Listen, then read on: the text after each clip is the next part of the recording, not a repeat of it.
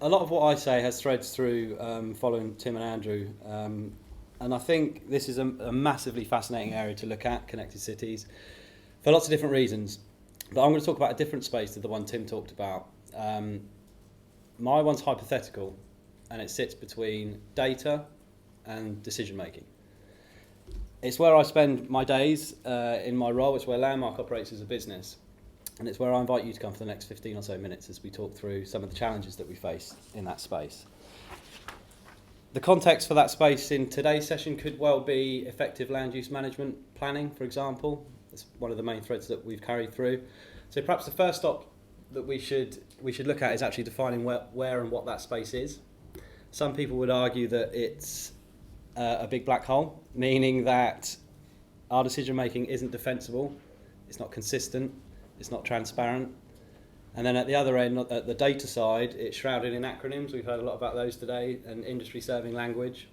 So everything disappears into a big space that we don't really know how to manage and what to do with. It could also be perceived as something so vast that we don't really know how to define it. If the starting point from the data side is big data, I think that's a clue. How do you join up decision making flowing from big data on an individual level through to a company level all the way up to a planetary level? I may well quote Donald Trump at this point when I say that probably a good illustration of how big that space is that in that space a nation has found a way to find threads that suggest that climate change isn't actually happening. So that's quite scary. So to frame the point that I'm trying to make today, I'm going to look at one specific risk type, because that was quite a philosophical start. I want to look at flood risk. That's the boundary of the exploration of this space that I want to go through today. Starting with the obvious, water is a massive part of our lives. We live on an island. When I was just thinking about this morning on the train, I think I stumbled upon probably the best pub quiz question of all time for the geography section. Can anyone name me a major UK city that doesn't have a river flowing through it or is not located on a coastline? Coventry. Good stab. Not quite. Birmingham. Not Wales. Right. Not Wales, no. Birmingham was the answer. The point there is that water is a massive part of our lives. We've been living with it since before the Industrial Revolution, so arguably it's probably the oldest environmental risk type that exists. Yet, we're really only starting to get to grips with managing it and living with it. A reflection of that is that, for example, 2000 was the onset of the legislative background to managing flood risk. 2007 was the onset of commercialised data flowing into power decision making. And as recently as 2014, we actually only started being able to map and understand groundwater flood risk, which is one of the 4 major sources of flooding. So it's quite a complicated area. What do we think about when we see images like this? Super scary, possibly something that will never happen to us, the stuff of Hollywood, fiction, never likely to be a reality. But underlying the way we think about these things, I think, are oversights. And this is one of the biggest ones. We probably don't consider that these things are actually distorting the way we view risks now. In its time, this was one of the biggest engineering projects in the world. In today's money, it cost £1.6 billion. One fact that I always remember when I think about the Thames Barrier is that when it was built, the engineers said that it was built to a standard such that it should only really be operated 10 times a year. And by operated, obviously, it means dropped to stop the water coming through. In one period between January and February in 2014, over the space of 10 days, it was shut 20 times. That's every single high tide cycle, basically. So it was just part of the way we live. So it's almost already operating in a way that it wasn't built for. There's a 30-year cycle to design, build and deliver the next Thames Barrier. And the lifespan of this sits somewhere between 2040 to 2070, depending on who you listen to. So when do we start thinking about the next one? So there's all of this stuff sat in the background that we don't really consider when we think about risk sometimes. So this is a framework for the next 10 minutes of my conversation. So I think I'd like us to at least be able to start trying to answer these questions from a flood risk perspective by the time I've finished. So are we ready to build smart cities from a flood risk perspective? There's some good news to start with. I think we are from an awareness perspective, because awareness is the starting point for any change. From the consumer individual level all the way up to the master planning level, it's becoming part of how we think, and it's about time, because as I said, it's been around for a long time and we've really only started to get to grips with it. At the individual level and the level of the consumer, public perception is increasing, and that's driven by real-time sharing of information. We're now part of the floods that are happening in the Lake District recently because we can see them and they're reported on in real time. It makes headline news. We work with a lot of the law firms, in fact the one we're stood in today, and lots of law firms share the same thinking when it comes to environmental risk. The traditional risk types like contaminated land aren't as relevant now as things like flood risk and air quality, which has been talked about as well. From a sector level, awareness is increasing, and in property, in simple terms, you can either buy or you can build. If you build, awareness is good because there's legislative framework now that exists, things like the NPPF that have come in that can control and make sure you take account of flood risk with things like flood risk assessments as part of any development in a flood zone. And it can control things like our absolute desire for block paving instead of a front garden with grass in it, and the impact, the cumulative impact that has through a neighbourhood. If you're buying a property, again, awareness is good at the sector level because there's things like the PLC practice note which suggests you should inform customers and people purchasing properties of the flood risk. There's desktop reports that are available that are quick and fairly low cost to be very readily informed of risk types. And you can actually be alerted and told when you need to get one of these now, which is good news. So right up to the government level, again, there's good awareness. Who can think of the thread that links these three images? So there's a thing called the PIT review. Has anyone heard of it? In 2007, it was a government initiative to look at the impacts of the flood events from 2007 and how we live better with flood risk. And it came out with a string of about 1,000 recommendations, lots of which we're actually starting to act on now. And as I said, one of them was that there should be readily accessible information to warn you of flood risk at an individual property level and be prepared for it. So awareness is good. Also, as Tim and Andrew have touched on in a lot more detail already, is the fact that we now have the data as well. Data is the fastest growing commodity on our planet. Nothing's valid now unless it's backed up with a huge amount of data. This is what a representation of that data growth looks like. Now, I've been really simplistic and used the inverse of that to represent the reduction in time that you have as an individual to use the data that you've got. And this is what it does. But it reflects something really interesting, I think, that for the very first time, we are actually now in deficit. We've got more information and data than we have time available to act on it. And that's a constraint that we live with now and we need to recognise.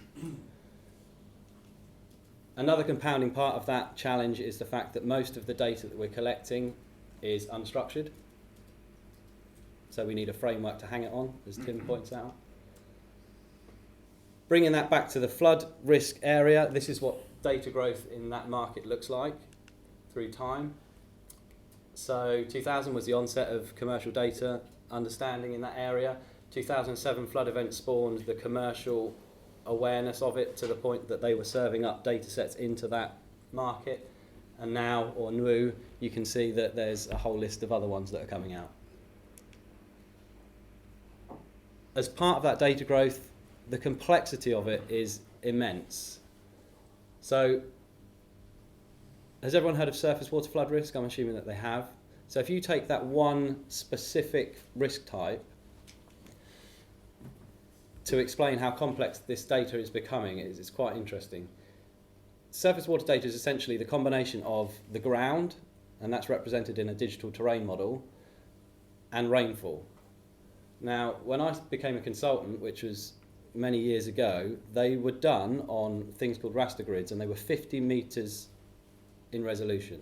So every part of the country was broken down into 50-metre grids for both the ground topography and the rainfall input that you throw on top of that.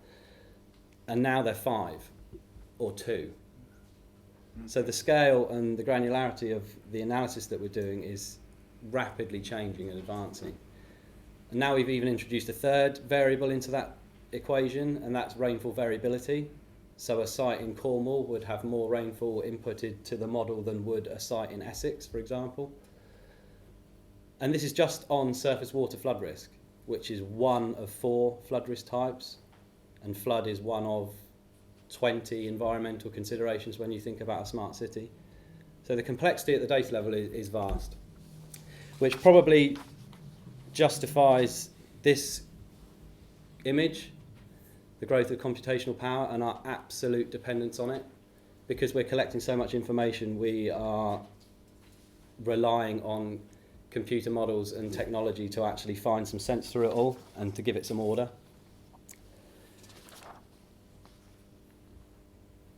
So all of those point to fairly good things.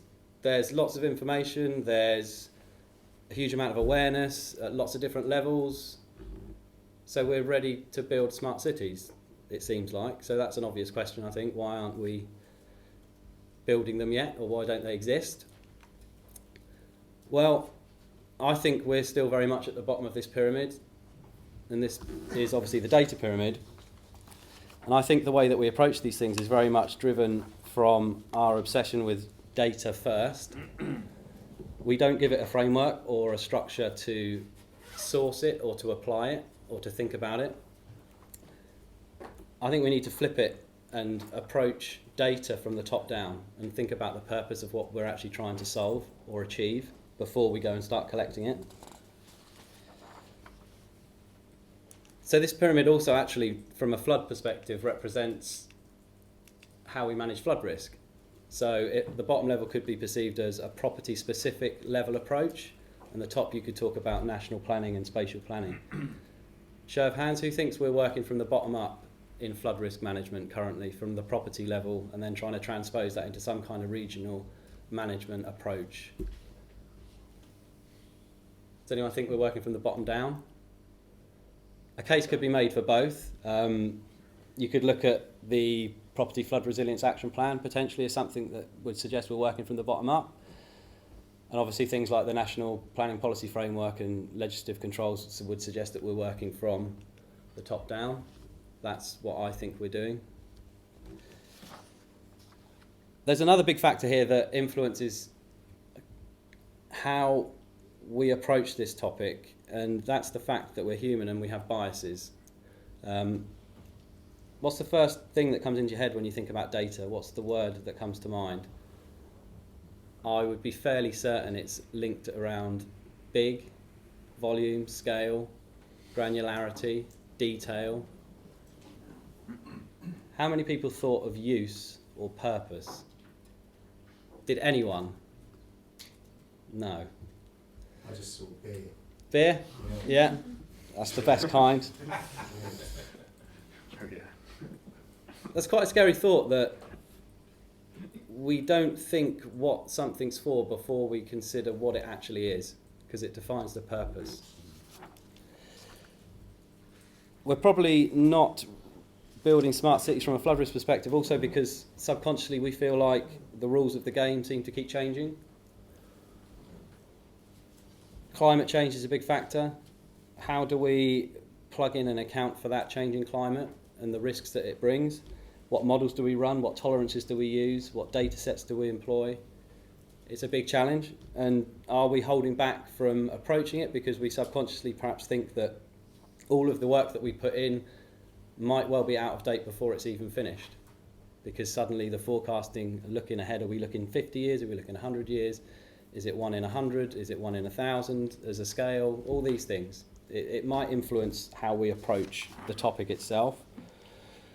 Just a local example to back up and validate my Donald Trumpism that climate change, I think, is real. This is Burling Gap in Eastbourne.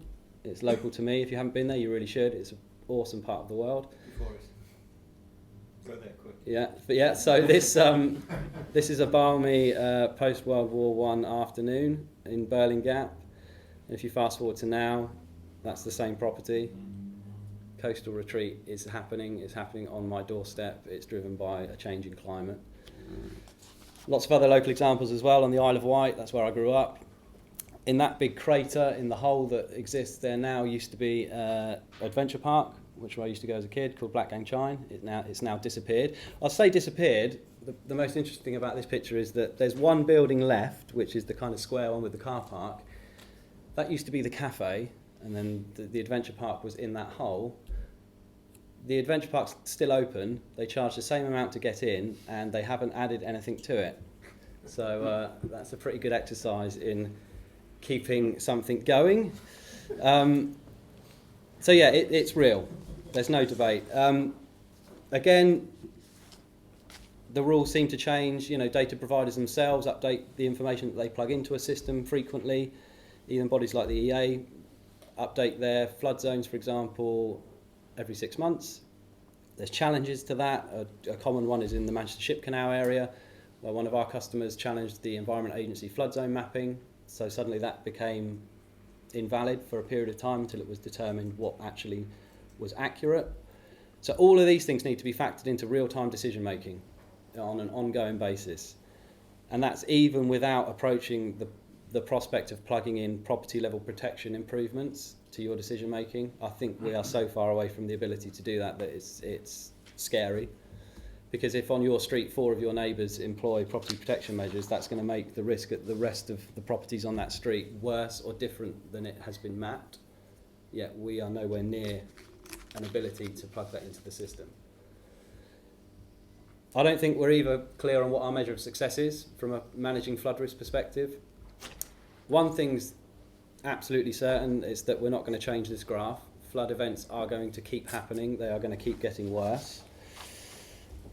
Is our measure of success controlling this graph, which is the financial implications of a flood event?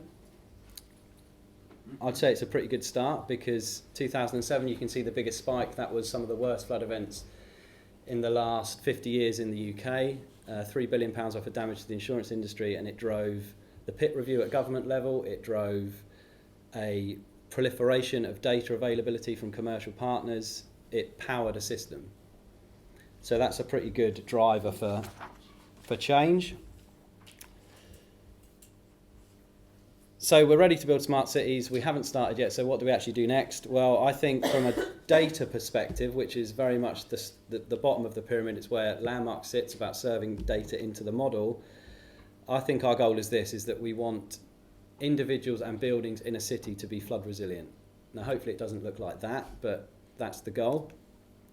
If that's the goal, how do we get there? People have talked about stripping away white noise and making things relevant. Well, I think from a flood perspective, the very first thing that we need to put into the system is information on depth. I think if you can tell a planner or an organisation how deep a flood event is going to be at a property or at a location, that's really all they need to know. They don't need to know what of the 4 different flood types power that. They don't need to know what models you've run to get to that point. You just need a very specific piece of information for a very specific risk. And it feels to me like that's depth. It has to be usable. We've a lot of talk about platforms today. Good data doesn't power good decision making. Usable data powers good decision making. And our obsession very much follows this theme. So we inhabit the data level of the pyramid, and our goal is to serve into the system data that's usable and relevant. Whether that's for a legal market, whether it's for a development market, whatever market it's for, that's the goal. So how do we get there? Second to last slide, I think we need to look to consumers to power change. I think they're the biggest agents of change that exist. If you look at things like the Lego business, for example, it went from a business to a community because of the people that were part of it. I'm a geek, by the way, I like Lego, that's how I know that. Consumers in this context, to me, feel like the people that are actually trying to build and design smart cities. If we can get them to demand usable, simple, relevant data, the model suddenly becomes a lot simpler. And I think from a data level, what has to happen to get there for businesses like ours is that we are driven by a quest to simplify that layer. We cannot feed in all the complexities that power our own industry and make it very self-serving. We have to put in only what counts to that specific thing. So Tim talked about planning a city and looking at many different types of risks, I focused on the fourth part of the third piece that you talked about. So from a data perspective, what I've just talked through relates only to environmental risk, and in that it relates only to flood risk.